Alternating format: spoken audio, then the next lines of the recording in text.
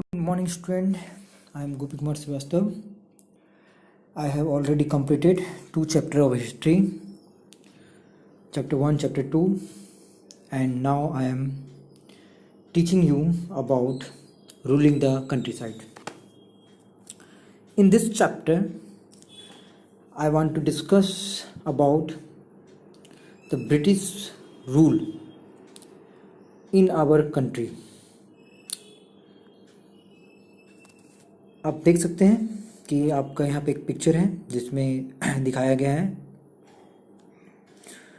तो इस चैप्टर को समझने के लिए हमें इसके सारा जो टॉपिक्स हैं उसे समझना पड़ेगा कि किस प्रकार से जो ब्रिटिश है वो हमारे देश में स्प्रेड किया अपना एम्पायर को, किस तरह से रूल रेगुलेशन लाया। All the administration, all the rules follow and developed by the British we are discussing in this chapter. First we discuss about the first topic, the company become Diwan.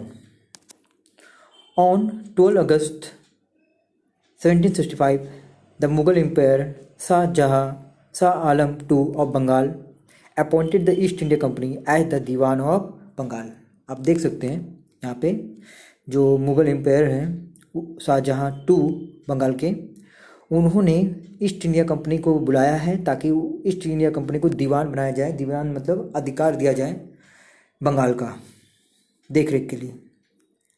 फिर उसके बाद है यहाँ पे east India company, Robert Clive, उस समय जो आपका ईस्ट इंडिया कंपनी में जो जनरल गवर्नर थे वो रॉबर्ट क्लाइव थे, और द मुगल एम्पायर एंड जो रॉबर्ट क्लाइव हैं उन दोनों के बीच में एक ट्रीटी हुआ था। Treaty of Allahabad was signed on the 12th August 1765 between the both Mughal empire और रॉबर्ट क्लाइव के बीच में एक ट्रीटी हुआ, एक साइन हुआ, एक समझौता हुआ बंगाल को लेकर। तो ये फर्स्ट टॉपिक है, द कंपनी बिकम दीवान। अगला जो टॉपिक है हमारा, in this topics revenue from operation, revenue means income of the company. The company had become the diwan, जब कंपनी दीवान बन गया, विद इन द 5 साल के अंदर ही the value of goods brought by the company in the Bengal double.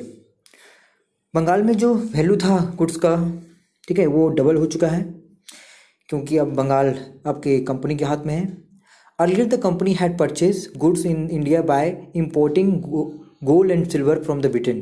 पहले क्या होता था, ब्रिटेन से जो ब्रिटिश कंपनी थे वो गोल्ड और सिल्वर मंगवा कर यहाँ से गुड्स खरीदता था, मतलब कि विदेशों से पैसा लाना पड़ता था कंपनी को, पर आज नहीं।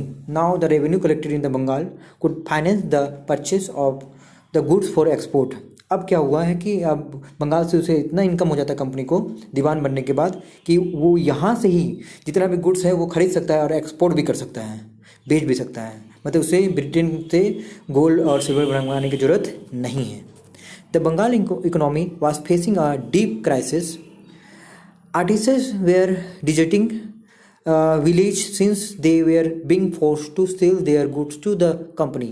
यहाँ पे क्या हुआ, आर्टिसन जो थे, कारीगर जो थे, ठीक है, उनको फोर्स किया जाता है कि आप क्या कीजिए, अपना काम छोड़ दीजिए और विलेज में एग्रीकल्चर कीजिए या कोई और काम कीजिए। तो इस तरह से बहुत सारा जो लोग थे, ठीक है, वो विलेज को छोड़ दिए, ठीक है, और क्या किए, वहाँ से भाग गए। पर जो लोग बचे थे वहाँ पे, उन्हें जो गुड्स बेचना पड़ता था वो बहुत ही लो प्राइस में बेचना पड़ता था। तो ये फोर्स किया जाता था गवर्नमेंट के द्वारा या ब्रिटिश के द्वारा, ताकि लोग जो है बहुत कम पैसों में उसे दे दें।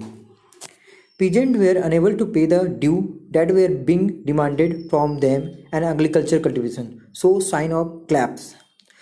पीजेंट जो थे उनको भी बहुत सारा ड्यू बकाया था, ब्रिटिश को चाहिए था, उसमें उनसे ड्यू जो रेंट लेते थे, जो लगा लेते थे, तो जब नहीं दे पाता था तो बहुत सारा जो एग्रीकल्चर कल्टिवेशन जो था वो उनका साइन जो है या उनका जो विकास जो था वो क्लैप कर गया, वो गिरावट हो गया, ठीक है।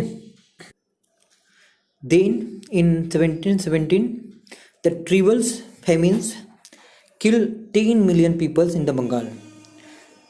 10 मिलियन जो लोग थे वो किल हो गए फेमिन के कारण, सूखा के कारण, अकाल के कारण, जिसके कारण अबाउट 1/3 ऑफ द पॉपुलेशन वास वाइप्ड आउट, मतलब 1/3 जितना भी पॉपुलेशन था उसको 1/3 वाइप आउट हो गया, सफाया हो गया, ख़त्म हो गया। ठीक है। Now we are discussing the next topics, the need to improve agriculture. After the 2 decades of the debate on the questions, investment in the land had to be encouraged and agriculture had to be improved. The company finally introduced the permanent settlement system या permanent settlement in 1793। 2 decade के बाद, 2 शताब्दी के बाद यहाँ पे ये हुआ कि जब लगा कि कंपनी को कि नहीं अब एग्रीकल्चर को इंट्रोड्यूस किया जाए या उसे इम्प्रूव किया जाए, उसे आगे बढ़ाया जाए। एग्रीकल्चर धीरे धीरे ख़त्म होने लगा था अकाल पड़ने के बाद, जो हम लोग ने इस टॉपिक पे पढ़ा था, है ना। तो यहाँ पे एग्रीकल्चर को इम्प्रूव करने के लिए ब्रिटिश ने एक परमानेंट सेटलमेंट सिस्टम लाए 1793 को। In this terms of the settlement the rajas and the taluqdars were recognise as the zamindar. राजा जो थे या तलुकदार जो लोग हुआ करते थे, जैसे कि जमींदार उम्मीदार, तो उनको ही जमींदार बनाया गया ताकि वो क्या करें, they were asked to collect the rent from the peasant and pay revenue to the company. The amount to be paid was fix permanently. यहाँ पे होता था क्या, ये राजा को और तलुकदार को तो रिकोगनाइज किया गया जमींदार के रूप में कि आप पैसा कलेक्ट कीजिए और किसको दे दीजिए, कंपनी को दे दीजिए, और एक फिक्स अमाउंट दीजिए। मतलब आप कितनों भी कलेक्ट कीजिए उसमें मतलब नहीं, आप कम कीजिए ज़्यादा कीजिए मैटर नहीं करता, पर हमको तो एक फिक्स अमाउंट चाहिए। ठीक है। तो ये आपका प्रॉब्लम यहाँ पे इसको हम लोग देखते हैं। The next topic is the problem.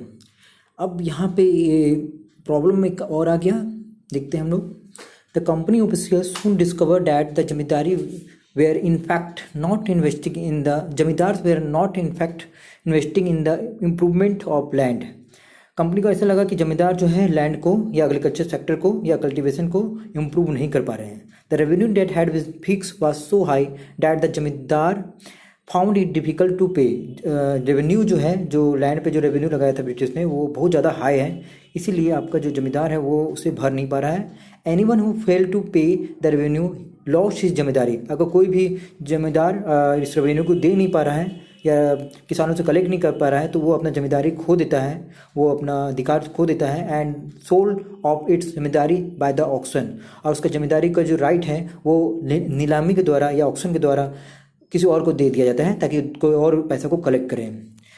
The cultivator found the system extremely oppressive. जो कल्टिवेटर जो थे, वो जो किसान जो थे, उन्हें ऐसे लगा कि उनके साथ अत्याचार हो रहा है। The rent to be paid to the zamindar was high and his right and the land was insecure. To pay the rent he had to obtain take a loan from the money lender.